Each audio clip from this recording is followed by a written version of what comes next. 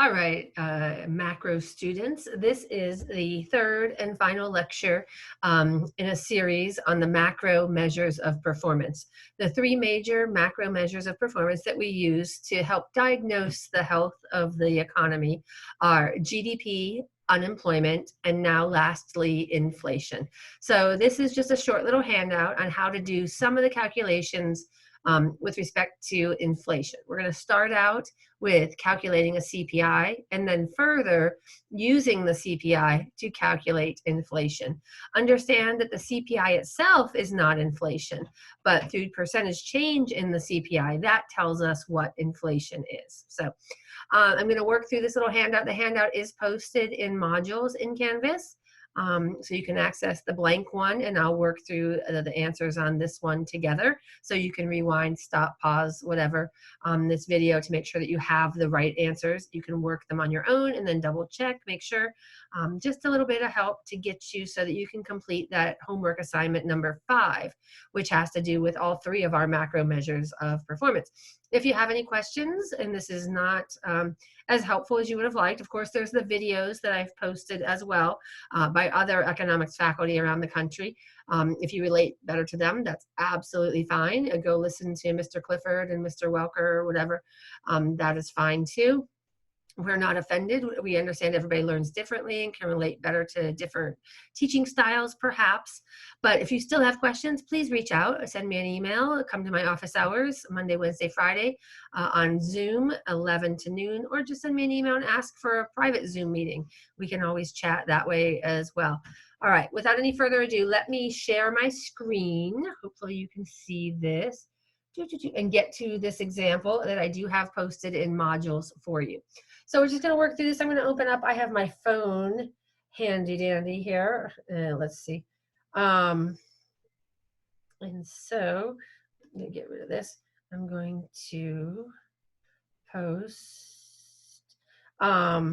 Get my calculator open here. Give me a second. Okay, there we go. I have my calculator handy. So let's work through this inflation exercise together. Starting out with a consumer price index. Now, a consumer price index, it can be the CPI, the one that we use the most in the United States, is technically a consumer price index for urban consumers. And so it is a basket full of about 400 items that urban consumers use on a regular basis. A large majority of our population in the United States is centered around urban areas as opposed to our more rural areas. And you can imagine that a rural household would have different needs than an urban household. So for example, it might be normal to expect that a rural household would have their own access to produce or to eggs or to milk. And so they may not need to buy those from a grocery store. On the other hand, our urban consumers do need to go to the grocery store to get their basic necessities.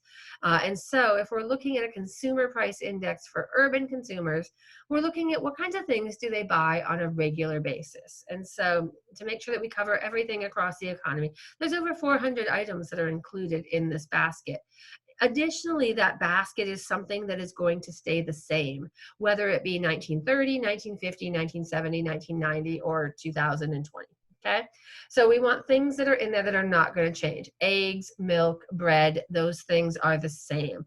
On the other hand, we do not want to put iPads in there because those were not in there in 1970, 1950, 1930, right? And we also don't want to put newspapers in there that we had in the 1930s, 50s, and 70s. We no longer use newspapers. We have everything through the news medias online or through the television, through our electronic devices, our phones. Excuse me. So when you think of a consumer price index, think of it's a basket of goods that is going to stay stable over time, and we can compare the prices of that same basket of goods. And we can say, okay, how much did this basket cost me in 1970, 1990, 2010, okay? You can do this for any subset of the economy. You can do a movie price index, such as what we're going to do here, where you have things that you buy when you go to the movie theater. You can do a golf price index when you go golfing. You can do this for any industry, any subset of the economy that you want. So anyway, so this is just a simple example. This is a movie, an MPI, a movie price index, where The basket is going to include, I'm taking my family of 4 to the movies. Actually, it looks like my family of 3 because I've got 3 movie admissions. So I'm going to the movies. And my basket is going to include 4 rentals, 3 movie admissions, 3 popcorns, and 3 soft drinks. Okay, that's my basket. We do this in sports in terms of a fan cost index for going to a baseball game. What does it cost to take the family to the baseball game? It's not just about the 4 admissions. You got to add the parking. You're going to add some hot dogs and a program, maybe even a baseball cap, right? Kind of idea. So we do this. This is pretty normal. So in this case, let's pretend that it's our movie price index. And let's see what's happened to the prices of the movie price index over time, okay? So in this case, my basket is going to consist of 4 video rentals, 3 movie admissions, 3 popcorns, and 3 soft drinks. And I have the different prices. So the idea is we're going to use the same basket, the same quantities across various time periods, taking into account the different prices in the different years. So we want to find what would be the value of the same basket in 1995, and then the same value of that basket if we measured it again in 1996. So in this case, I have the set of prices in 1995, and I have the set of prices in 1996. It may not be the case that every price goes up over time from 95 to 96. Some prices might go down. Imagine what has happened to the price of computers over time. They have vastly fallen and are now much more accessible to average consumers than they were way back in the day when computers were first coming out. They were very, very much more expensive. They were much, much more expensive, let me say. I have trouble speaking. And so sometimes the prices of things fall because technology allows us to make these things much more cheaply, allows us to have smaller devices for our storage and so on, whatever production costs are falling. So just don't think that every price has to go up to have inflation. What inflation is an overall sustained increase in the entire price level, recognizing that over the time period, some prices went up, some prices went down. But if the price index as a whole went up, what that means is that more prices went up than went down. That's all. It just means a majority went up. Okay? So let's see what happens. In 1995, the price of a single video rental is $2. A price of a movie admission is $7.50. The price of 1 popcorn is $2.50, and the price of 1 soft drink is $2. So what I want to do is I want to multiply these out and figure out what would be the price of the entire basket. In this case, all 13 items. 4 rentals, 3 movies, 3 popcorns, and 3 soft drinks. That's 13 items, right?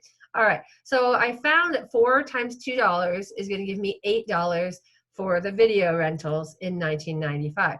At a price of $7.50 each, 3 people or 3 admissions would cost me, in this case, $22.50 in terms of cost for 3 movie admissions. And then 3 popcorns at $2.50 each, I believe that's $7.50. And 3 soft drinks at $2 each, I believe that should be $6. Let me jump over here and calculate the last column, which has to do with the cost of the basket in 96. I'm using the same basket, okay? So 4, 3, 3, 3. So 4 video rentals at $2.25 each, the price of the video rental went up, is now $9. The price of the movie ticket went up 25 cents from $7.50 to $7.75. So I'm going to say that that went up to $23.25, right? If I add 75 cents to the $22.50, I should get $23.25. Okay? Then if I take 3 times the new price of popcorn, look, the price of popcorn actually fell. It went from $2.50 down to $2.25. So 3 popcorns at $2.25 each. If I can do this in my head, I get $6.75, right? And then lastly, the price of soft drinks went up from $2 to $2.75. Okay, why am I struggling with this one? This one I'm going to put in my calculator. 3 times 2.75, $8.25 is what I get for 3 soft drinks at a rate of $2.25. Now I have I can figure out the value of the entire basket. I have my various expenditures on video rentals, movie admissions, popcorns, and soft drinks for each of the 2 years. So calculate the total cost of the basket in 95. I'm going to add my $8 right here in this case. I'm going to add my 8 plus my $22.50 plus my $7.50 plus my $6, and I'm going to get $44 right here, right? So let me just double check. I'm going to add that one more time. Just don't want to make any mistakes. Make sure I typed it into my calculator, right? 8 plus $22.50 plus $7.50 plus 6. That should be, yep, that should be 44. All right. So then the next one I'm going to do for 96. I'm going to add all of the expenditures in 1996. So I'm going to add 9 plus 23.25 plus 6.75 plus 8.25, and I'm going to get 47.25. So clearly, and I didn't put my dollar sign on there, not that big a deal, but there we go. Clearly, the cost of the basket, the same exact basket, 4333, the MPI basket has gone up in total from 44 to 47.25, even though one of them went down. Popcorn went from 250 to 225. You see the majority went up. So the expenditures overall went up. All right, so now that we have the value of the two baskets, to find the MPI, what the MPI is for any given year, and let me write the formula out, it's just like a CPI, except we're using M instead of C. The MPI is going to be equal to the value of the basket in the current year that you're calculating the MPI for, okay? And it's going to be divided by the value of the basket in the base year. So you have to decide which year is going to be the base year, okay? And it's arbitrary. In this case, it was told to us if we let 1995 be the base year.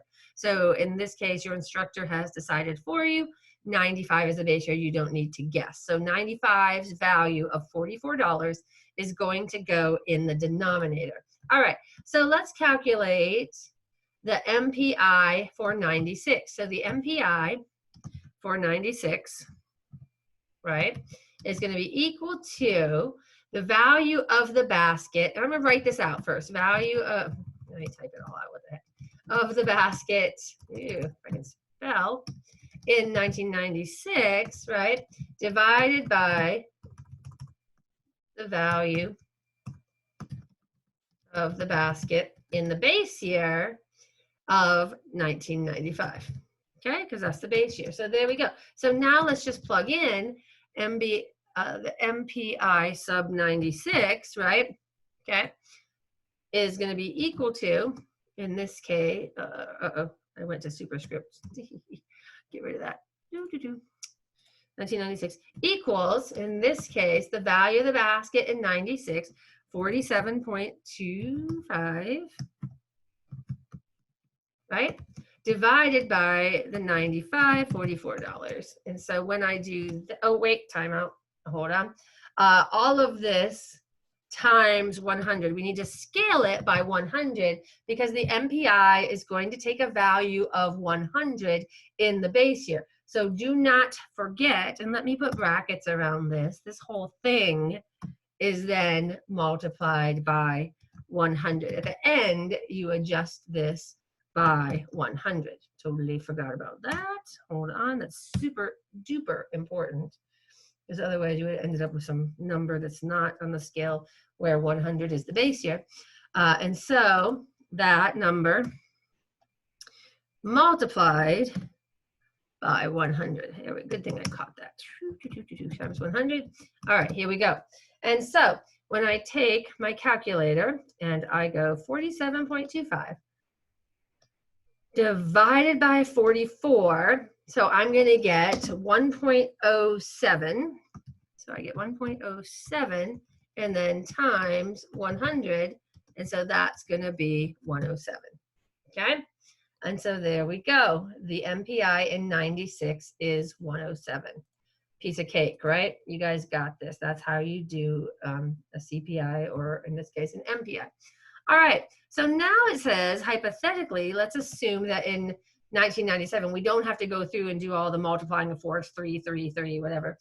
They're just telling us that the cost of the exact same basket was $50 in 1997, find the MPI for 97. And so the MPI for 97 is going to be equal to, let me write it out, the value of the basket in 1997 divided by the value of the basket in the base year. The base year has not changed, so it's still 1995. And so I relate those two numbers, and then once I do that division, don't forget to multiply by 100. And so when I do this, MPI 97, right, is going to equal, in this case, let me do this. This is going to be $50. That's what it is in 97, right? Divided by, in this case, 44 is in my denominator. Let me just scroll back up and double check. Yep, 44. I thought so. Just want to make sure I'm not lying to you. Okay. And then that times 100. So when I do that, I get, when I take 50 and divide it by 44, I'm going to get 1.136. I'm just going to keep that extra number, 1.136. So that when I multiply it by 100, I move that decimal 2 places, I'm actually going to get 113.6 in this case. It's a little bit more precision on our MPI number. Okay, so there is the MPI for 97.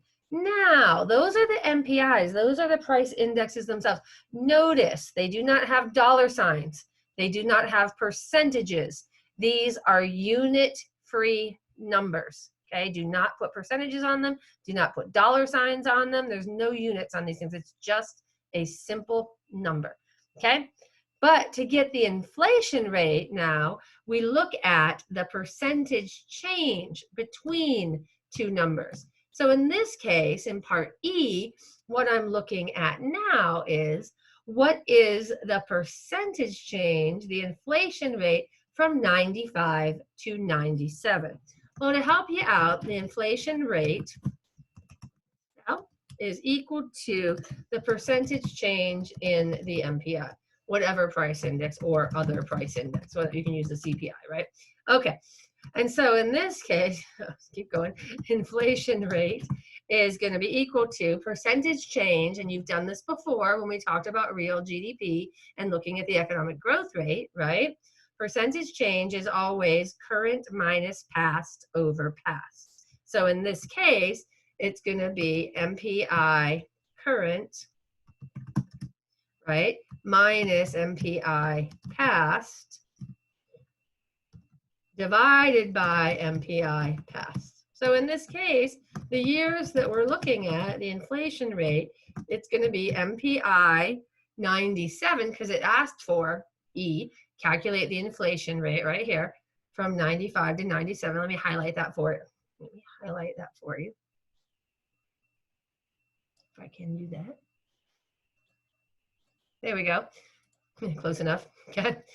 So I'm going to do, undo that, MPI 97, the more recent year, right, minus the MPI of the previous year, 95, okay, I'm going to undo that.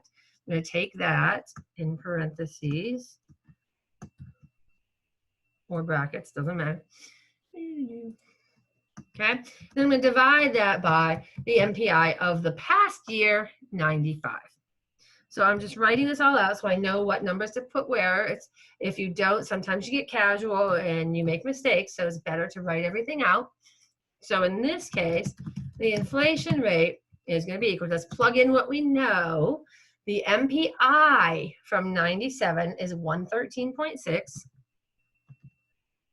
And the MPI from 95, well, that's the base year.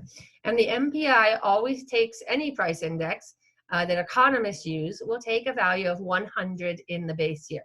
So then I'm going to divide by 100. This is super duper easy. It's going to end up being 13.6%.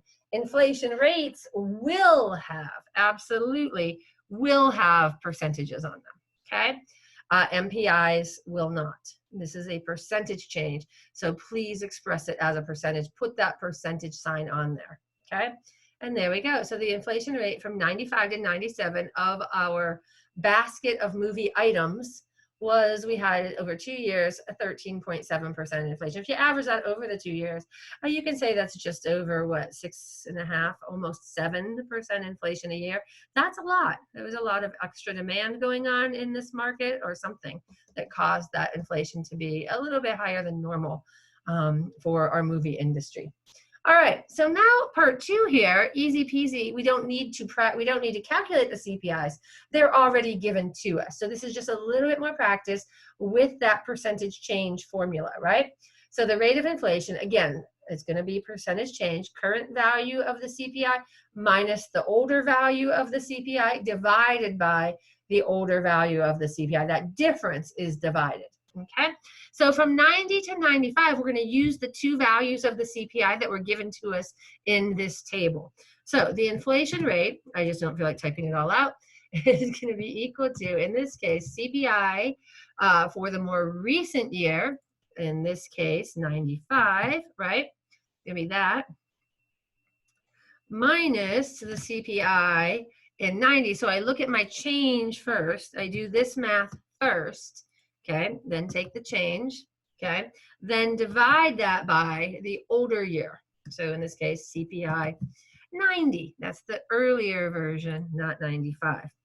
So I'm going to plug it in, CPI current minus past over past, right?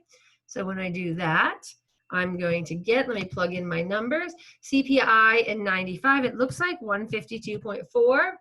And then I'm going to subtract the 130.7. Look, nowhere in this table do I have a base year. I do not need a base year, okay? You can do this between any years, any 5 years, any 10 years, any 2 years, whatever time period you want. You can do the inflation rate. You can do inflation rate from quarter to quarter, month to month, right? You just need the CPIs for those months, those quarters, whatever, how it's given to you. Okay, so you don't need 100, you don't need a base year. So I'm just doing current minus past over the past of 130.7. And when I plug that into my calculator, when I find the difference between 152.4, oh, clear, 152.4 minus 130.7, oops, 152.4, ahead of myself here, 130.7, 21.7 is my numerator, and then I'm going to divide that by 130.7, and when I divide 21.7 divided by 130.7, I get 0.166, so let me write that decimal out for you, 0.166, and so those of you that remember from your middle school days or even elementary school days, 5th grade, I think, 4th and 5th grade is about where you learned how to convert decimals to percentages, fractions, decimals, and percentages all being related. And so you move the decimal point 2 places to the right and add the percentage sign. And so this is 16.6%. And there you go. Okay. Make sure you express that with that nice percentage sign to answer the question. Okay. So now let's do it again, this time 95 to 2000. So I'm going to write out the formula again. The inflation rate in this case is going to be CPI, the more recent year of 2000, 00. I'm going to do that minus the older year, in this case, is 95. So let's do 95. Oops. And then we're going to divide this by the older year CPI in 95. And so once we do that, what I'm going to plug in the numbers I know. CPI for 00 looks like 172.2. I'm going to subtract the 152.4, which was the value in 95, and I'm going to divide it by that 152.4. And so when I do that, let me take the difference. Let me open up my calculator here on my phone. Handy dandy phone. 172.2 minus 152.4, clear, 152.4, 172.2 minus 152.4, I was going too quickly, 19.8, so 19.8, and then that's the numerator, and I'm going to divide that by 152.4. So 19.8 divided by 152.4, the older year, I get 12.99 equals 0.1299. When converted, that's 12.99%. Could you have converted that to 13%? Absolutely. Okay. I would say that's an appropriate rounding there. Okay. All right. So there we go. Let's try it one more time in these 5-year increments. Okay. Just to get a sense of what did inflation look like over these 5-year periods. And so one more, just to make sure we got it. The inflation rate from 05 to 2000. Again, this way you'll have all the answers. You can double check, do your math, and then check it with mine and make sure that you got it right. So then the inflation rate, CPI, in the more current year of 05 minus the CPI of the previous year, in this case, 00. And so then I'm going to divide that by the previous year, 00. All right, looking at my table, plugging in the numbers that I know, I should get 05, 194.6, right, minus 172.2 divided by the 172.2, the value from 2000. And so when I do that, and I take out my handy dandy calculator, and I say 194.6 to 194.6 minus 172.2, 22.4 divided by 172.2 equals, and so I divide that 172.2 and I get 13% equals 0.130, which then is going to equal 13%. Make sure you can convert from that decimal to an actual percent. Okay, so there you go, 13%. Yay, good job. Now, you don't have to go from one line to the next line. You can jump around. I could have done 1990 to 2000. I could have done 95 to 05. In this case, we want to do over the whole 15-year period. So this is going to be from 1990 to 2005. So in this case, we're going to do the inflation rate from 1990 to 2005, right? And so this is going to be, let me do it down here, inflation rate is going to equal my CPI from my more recent period. It can be any most recent period, 05 in this case, minus the past CPI from the beginning, 1990. And that, oops, then we're going to divide that by the previous value, CPI of 90. Okay, and so when I do that, what do I get? If I look at my table, my most current is 194.6, right? And then I'm going to subtract what was my 1990, 130.7. And again, notice none of these are 100. You don't need that. I'm just going to divide by the oldest one, 130.7, and see what I get. So in this case, when I take the 194.6 and I subtract the 130.7, I get 63.9. And I'm going to divide that by 130.7. And when I do that, divided by 130.7, I get 48.89. And so over the 15-year period in this case, right, my inflation went up 50%. And you may think that's a lot. Divide that by, let's say if it was 45%, divide it by 15, that would be about 3% a year. That's not unreasonable.